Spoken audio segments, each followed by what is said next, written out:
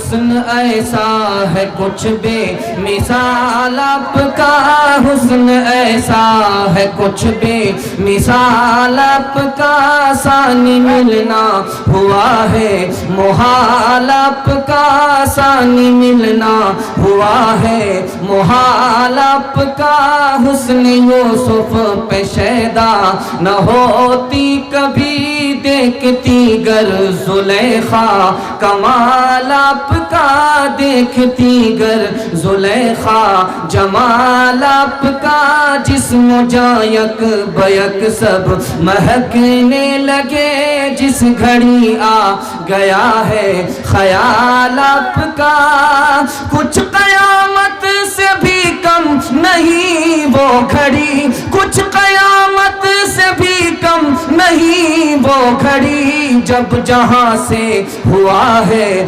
وصال آپ کا جب جہاں سے ہوا ہے وصال آپ کا ظلم سہ کر یہ ممکن نہیں چھوڑ دے دامن دل کشائے بلال آپ کا چل دیے چھوڑ کر عرض بطحا بلال شاپ گزرا جو ہجر و ملال آپ کا نعت لکھنے کے صدقے میں عط ہے مجھے نعت لکھنے کے صدقے میں عطر مجھے آ رہا ہے برابر خیال آپ کا آ رہا ہے برابر خیال آپ کا۔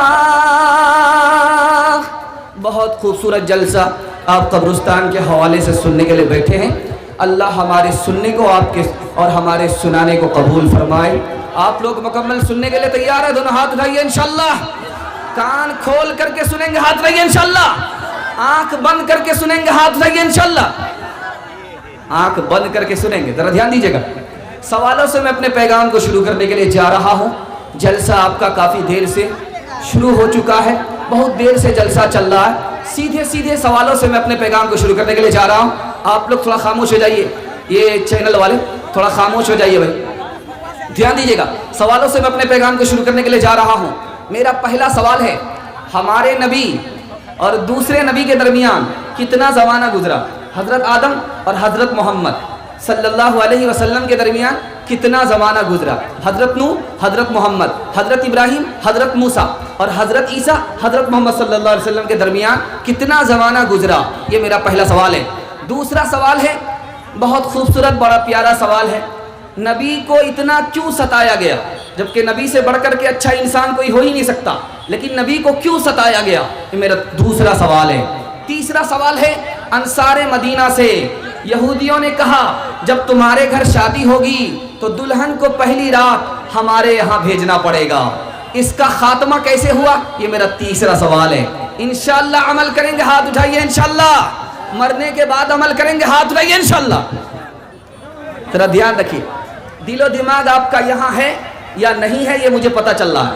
ذرا دھیان دیجیے گا، میرا پہلا سوال تھا، بہت دھیان سے سنیے گا، تیزی کے ساتھ جلسہ نکل رہا ہے۔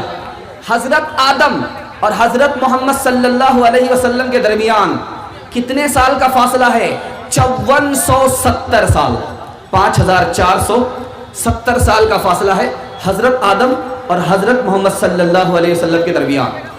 حضرت نوح اور حضرت محمد صلی اللہ علیہ وسلم کے درمیان کتنے سال کا فاصلہ ہے؟ 4470 سال، 4470 سال۔ تیسرا فاصلہ دکھانے کے لیے جا رہا ہوں، حضرت ابراہیم علیہ السلام اور حضرت محمد صلی اللہ علیہ وسلم کے درمیان کتنے سال کا فاصلہ ہے؟ 3470 سال، 3470 سال کا فاصلہ ہے۔ اور حضرت موسیٰ علیہ السلام کے درمیان اور نبی صلی اللہ علیہ وسلم کے درمیان کتنے سال کا فاصلہ ہے؟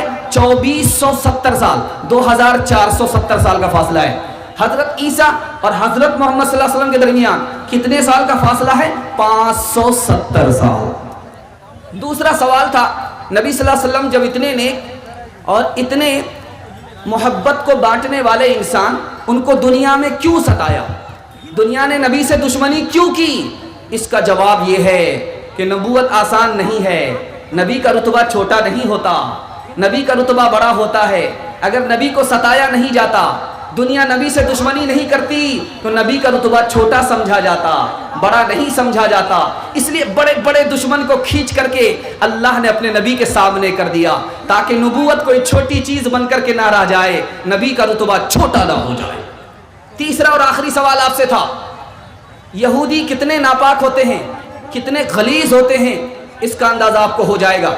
अंसारे मदीना से कहा, मदीने में बसने के लिए तुम्हारे लिए एक शर्त है, जब तुम्हारे घर किसी लड़की की शादी होगी, उस लड़की को पहली रात, उस दुल्हन को पहली रात हमारे घर भेजना पड़ेगा। तो एक औरत बेपर्दा निकल करके आ गई, अंसार ने ताना मारा कि औरत होकर के बेपर्दा निकल करके आ गई। उस औरत ने कहा कि औरत अगर बेपर्दा तुम्हारे सामने निकल जाती है तो तुम्हें गैरत आती है, लेकिन तुम अपनी औरत को, अपनी नई दुल्हन को यहूदी के यहाँ भेजते हो, तुम्हें शर्म नहीं आती है। अंसार ने यहूदी से जंग की, अंसार गालिब आ गए, यहूदी शिकस्त खा गए। तो अंसार को ताना मारा, इस बार तो हम हार गए, अगली बार तुमसे जीत जाएंगे। नबी आएंगे, उस पर ईमान लाएंगे और उनके साथ हम तुमसे जंग करेंगे, तुम हार जाओगे, हम जीत जाएंगे।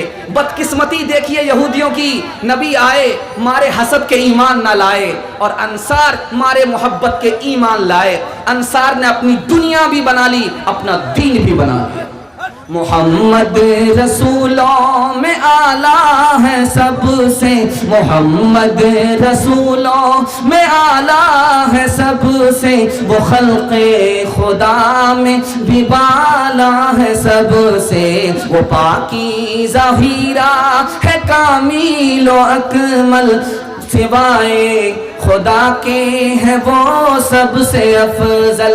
यहाँ से बिछड़ कर गुजारा नहीं है कि नैया का उसकी किनारा नहीं है, हर एक जर्रा देता है उसकी शहादत, गुलामी है उस दर की सच्ची सयादत।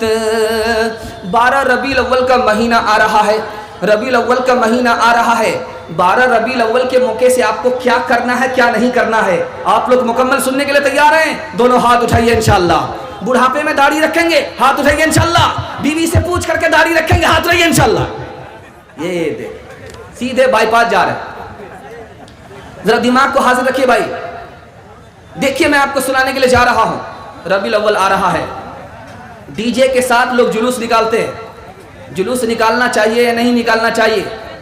नबी की पैदाइश पर क्या करना चाहिए? जश्न मनाना चाहिए, जायजा लेना चाहिए। मैं आपको एक खूबसूरत मुताला आपके सामने रखने के लिए जा रहा हूं और बड़ी उम्मीद के साथ रखने के लिए जा रहा हूं। आप जिस सन्नाटे में सुन रहे हैं उसी सन्नाटे में सुनिएगा, मैं कामयाब हो जाऊं। एक साहबी हैं, उनका नाम है अबू मूसा अशरी रजी अल्लाह अन्हु। उन्होंने कहा हजरत उमर से कि आपका खत हमारे पास आता है लेकिन उसमें डेट लिखा हुआ नहीं होता, कैसे पता चलेगा कि ये खत कब आया है, इसका जवाब कब वापस दिया गया है, कैसे पता चलेगा? तो हजरत उमर ने सहाबा को जमा किया, जमा करके कहा क्या होना चाहिए, कौन से महीने से कैलेंडर बनना चाहिए, कौन से साल से कैलेंडर बनना चाहिए। बहुत खूबसूरत मुताला कम वक्त में मैं आपके सामने लेकर के आ रहा हूं। 4 राय आई, जिस साल नबी पैदा हुए उसी साल से कैलेंडर बनना चाहिए, जिस साल नबी दुनिया छोड़ करके गए उसी साल से कैलेंडर बनना चाहिए, जिस साल नबी को नबूवत मिली उसी साल से कैलेंडर शुरू होना चाहिए। चौथी राय ये आई, जिस साल नबी ने अपने दीन के लिए मक्का को छोड़ दिया, वतन को छोड़ दिया, दीन के ऊपर वतन को कुर्बान कर दिया, उस साल से कैलेंडर बनना चाहिए। हजरत उमर ने फैसला लिया, नबूवत के साल से कैलेंडर नहीं बन सकता, इसलिए उसमें इख्तलाफ है, मुतय्यन तारीख मालूम नहीं है। पैदाइश के साल से कैलेंडर नहीं बन सकता, तारीख मुतय्यन नहीं है। वफात के साल से कैलेंडर नहीं बन सकता, इसलिए कि वफात गम का साल है। हिजरत के साल से कैलेंडर बनेगा, हिजरत के साल अल्लाह ने मुसलमानों को इज्जत दी, हिजरत के साल अल्लाह ने मुसलमानों को अमन व अमान अता किया, हिजरत के साल अल्लाह ने हक और बातिल के दरमियान में हक को गालिब कर दिया, हिजरत के साल अल्लाह के रसूल ने मस्जिद नबवी की बुनियाद रखी, हिजरत के साल से कैलेंडर बनेगा।